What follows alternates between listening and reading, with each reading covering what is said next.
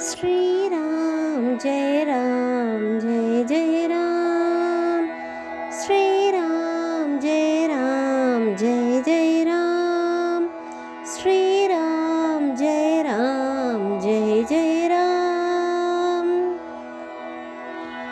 ஸ்ரீராமரும் சீதாதேவியும் லக்ஷ்மணரும் வனத்திற்கு செல்ல முடிவு செய்த பின் அவர்கள் தசரதரிடமும் மற்றும் தங்களது தாய்களிடமும் ஆசீர்வாதம் வாங்குவதற்காக ஆசீர்வாதமும் பெற்றுக்கொள்கிறார்கள். இப்பொழுது சுமித்திரை லக்ஷ்மணரை வாழ்த்தி, நீ சந்தோஷமாக போய்விட்டு வா, ராமரையும் சீதையையும் உன்னுடைய தாயாகவும் தந்தையாகவும் நினைத்துக்கொள், ராம கைங்கரியமே உனது முதல் கடமையாக இருக்க வேண்டும், அவர்களுக்கு எந்த ஆபத்தும் வராமல் நீ பார்த்து கொள்ள வேண்டும், ஸ்ரீராமருக்கு சேவை செய்யவே உனக்கும் சந்தோஷம் கிடைக்கும், எனக்கும் அதுவே சந்தோஷம் என்று வாழ்த்துகிறார்கள். இதிலிருந்து சுமித்ரையின் குணம் நமக்கு நன்றாக புரிகிறது.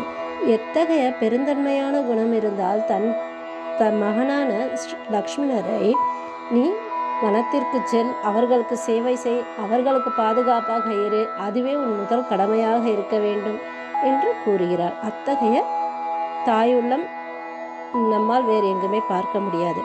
இந்த மற்ற தாய்களை பார்த்தாலுமே, கைகேயை பார்த்தால் கைகேயை என்ன செய்கிறார்? தன்னுடைய மகன் அரசாள வேண்டும், அது ஒரு சுயநலம். எல்லா தாய்க்குமே தன் மகன் நன்றாக இருக்க வேண்டும் என்ற எண்ணம். அது மட்டுமே அல்லாமல் அவள் என்ன கூறுகிறார்? ஸ்ரீராமரும் வனத்திற்கு செல்ல வேண்டும், அவருக்கு ஆட்சியும் கிடையாது, வனத்திற்கும் செல்ல வேண்டும் என்று, தன் மகன் மட்டும் நன்றாக இருக்க வேண்டும், மற்றவர் கோசலையின் மகன் நன்றாக இருக்க வேண்டியது, அதாவது வசதியாக இருக்க வேண்டியதில்லை என்ற அந்த கடுமையான எண்ணத்துடன் அவள் இருக்கிறார். கோசலையோ தன்னுடைய மகனான ராமனுக்கு எதற்காக இந்த கஷ்டம்?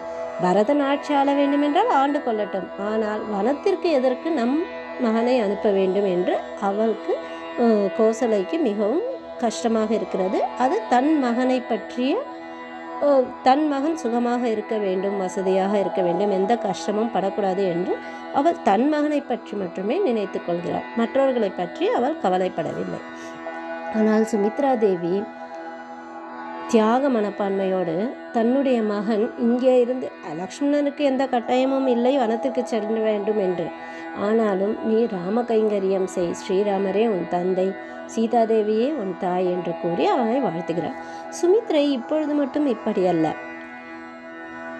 தசரதர் அஸ்வமேத யாகம் வளர்த்து தனக்கு குழந்தை பிறக்க வேண்டும் என்று யாகம் செய்கிறார். அப்பொழுது இறைவன் நாராயணன் பாயாசத்தை அளித்து, உன்னுடைய மனைவிகளுக்கு இதை கொடுக்கவும் குழந்தைகள் பிறக்கும் என்று கூறுகிறார். அப்பொழுது தசரதர் அந்த பாயாசத்தை முதலில் தனது பட்டத்து ராணியான கோசலைக்கு அந்த பாயாசத்தில் பாதி கோசலைக்கு கொடுக்கிறார். கோசலை உடனே அதை வாங்கி கொடுத்து விடுகிறார். மிச்சம் இருந்த பாதியில் கால்வாசியை, அதாவது கால் பங்கை சுமித்ரையிடம் கொடுத்து விடுகிறார். சுமித்ரையிடம் கொடுத்த பிறகு சுமித்ரை உடனே அதை கொடுத்து விடவில்லை, அவள் பொறுமையாக அதை வைத்து கொண்டிருக்கிறார். ஏனென்றால் கைகேயி எப்பொழுதுமே எனக்கு இது பத்தாது, இன்னும் கொஞ்சம் வேண்டும் என்று கூறலாம். அப்பொழுது தசரதற்கு என்ன பண்ண முடியும்? அதை கொடுக்க முடியாமல் போய்விடக்கூடாது என்பதற்காக அவள் பொறுமையாக குடிக்காமல் இருக்கிறார். கைகேயிக்கு தசரதர் அந்த கால் பாகத்திலிருந்து ஒரு பாதியை மட்டும் கொடுக்கிறார். அதை கைகேயி கொடுத்துவிட்டு போதும் என்று கூறிவிடுகிறார். அப்பொழுது அதில் இன்னொரு பாதி இருக்கிறதல்லவா, அதையும் சுமித்ரை அங்கே பொறுமையுடன் இருப்பதை பார்த்து அவள் மேல் அன்பு மிகுந்து அவளுக்கே இன்னொரு பாதியையும் கொடுத்து விடுகிறார்.